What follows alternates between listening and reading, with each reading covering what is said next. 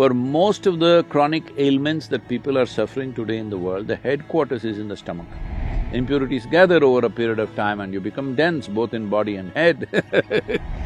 It determines the way you think, feel, understand and experience life.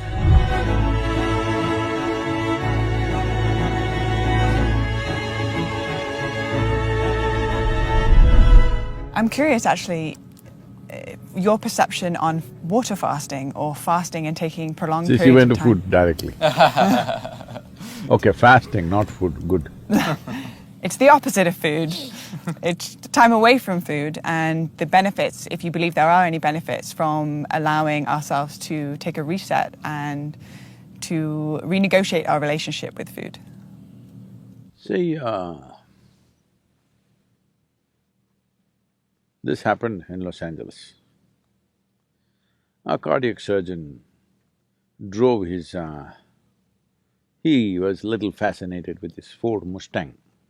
That was his car and he was little excited about it and one day it started coughing a little bit. So he took it to the local mechanic and said, some problem, please fix it. He said, yeah, doc, come tomorrow morning, it'll be ready. The doctor, before going to work tomorrow morning, he went there, but it was not ready. So he said, okay, come in the evening, it'll be ready. He came in the evening, it was not ready. He said, what's the matter? You said morning, I came. You said evening, I came, what is the issue?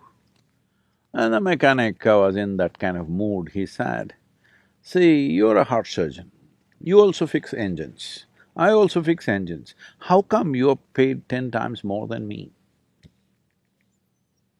So the doctor looked at him and said, try to fix the engine when it's running, let me see.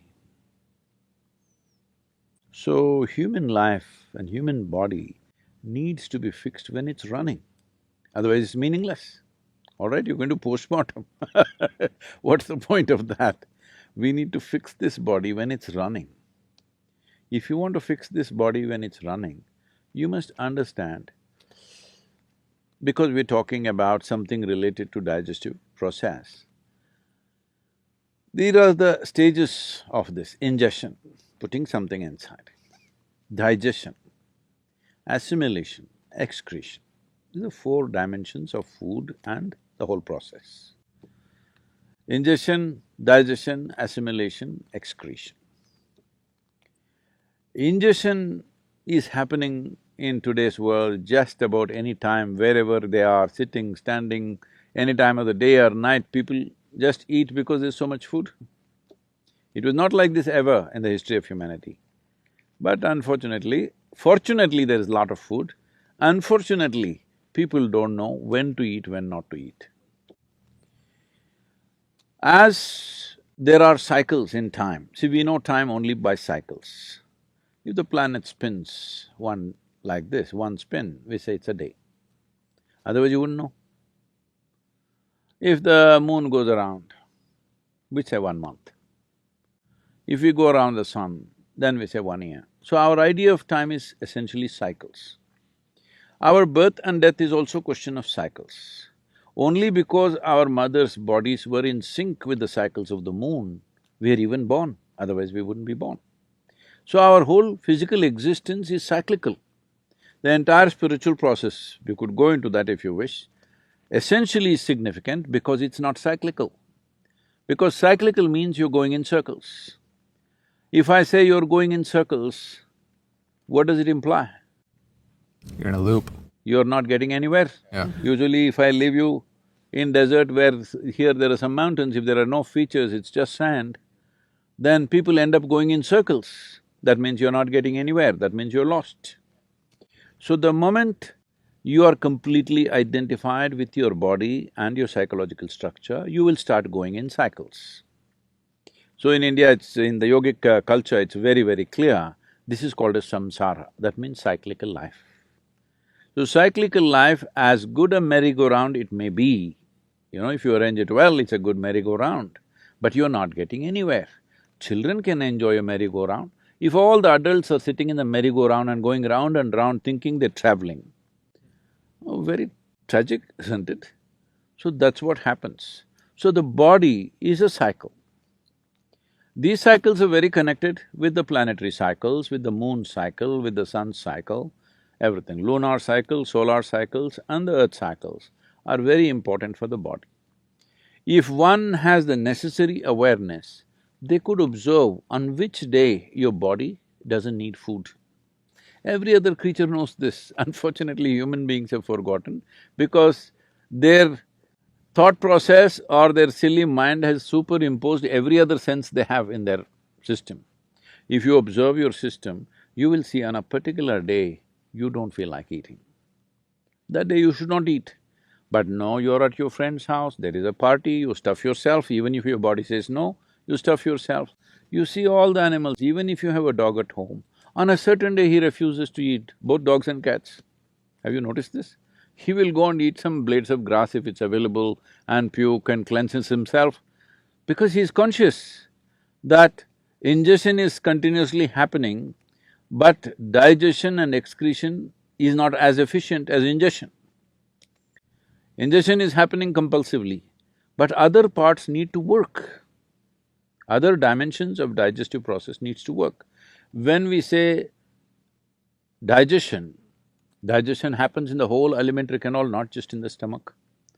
And assimilation also happens across the entire alimentary canal.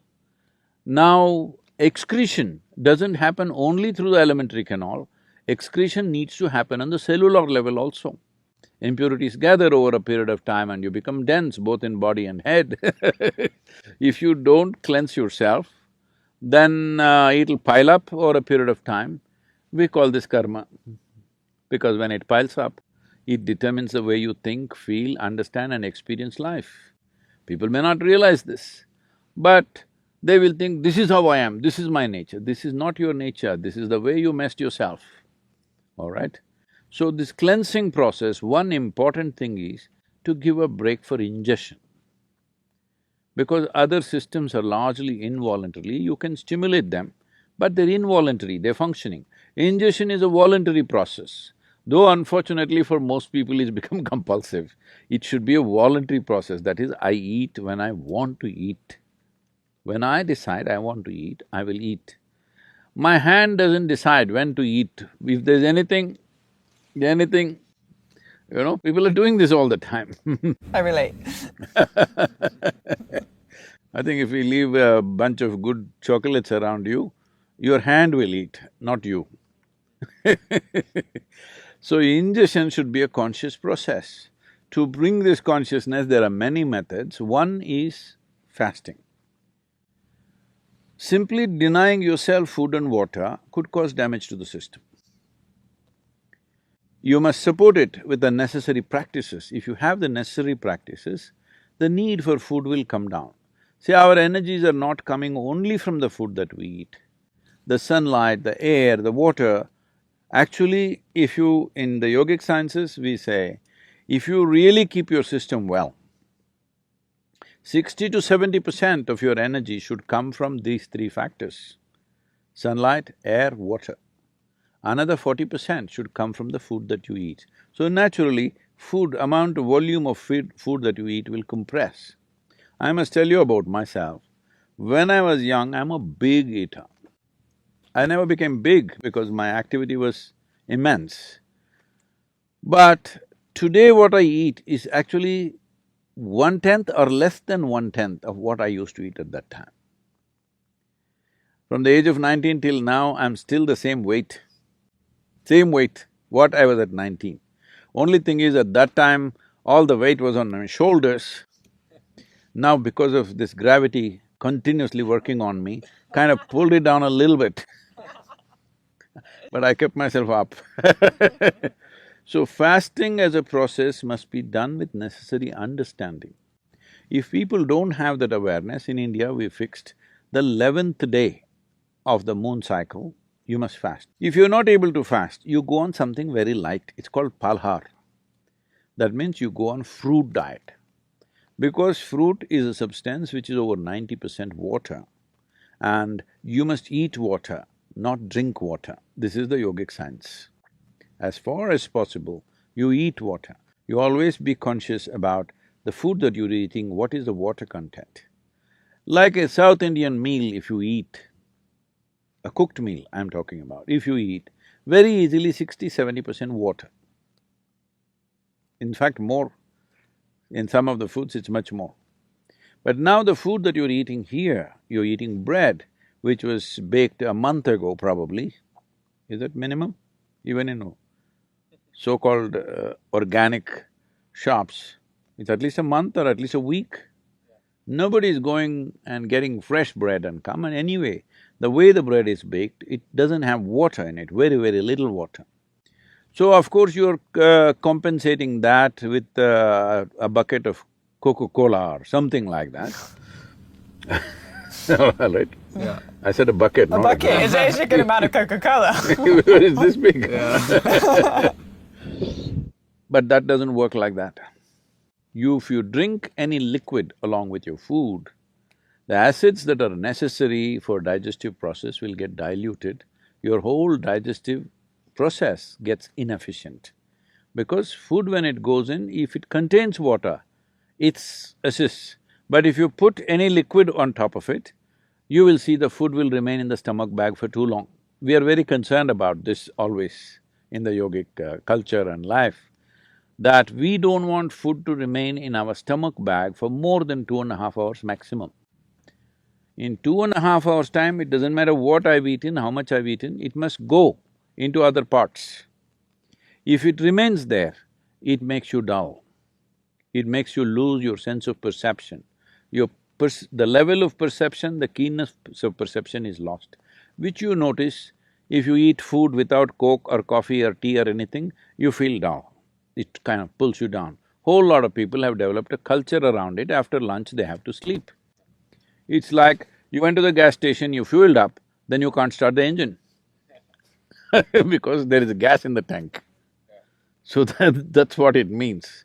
So, to ensure that digestive system is in full process, because for most of the chronic ailments that people are suffering today in the world, the headquarters is in the stomach. Yes. For a lot of people it's shifting to their head, but largely headquarters is in the stomach, the way… what they eat and the way they eat. So in this way they eat, one simple thing to bring discipline is, maybe 1 or 2 days in a month, you go on much lighter foods which are very simple and easy on the body. If you can just thrive on water or just a little bit of lemon and water or little lightly honey-laced water, it will help, but if it's not possible for you, maybe a fruit or something, which is very, very light on the system. The idea is to give digestive process and assimilation process a break so that rest of the body begins to excrete on the cellular level, it must throw out all the impurities.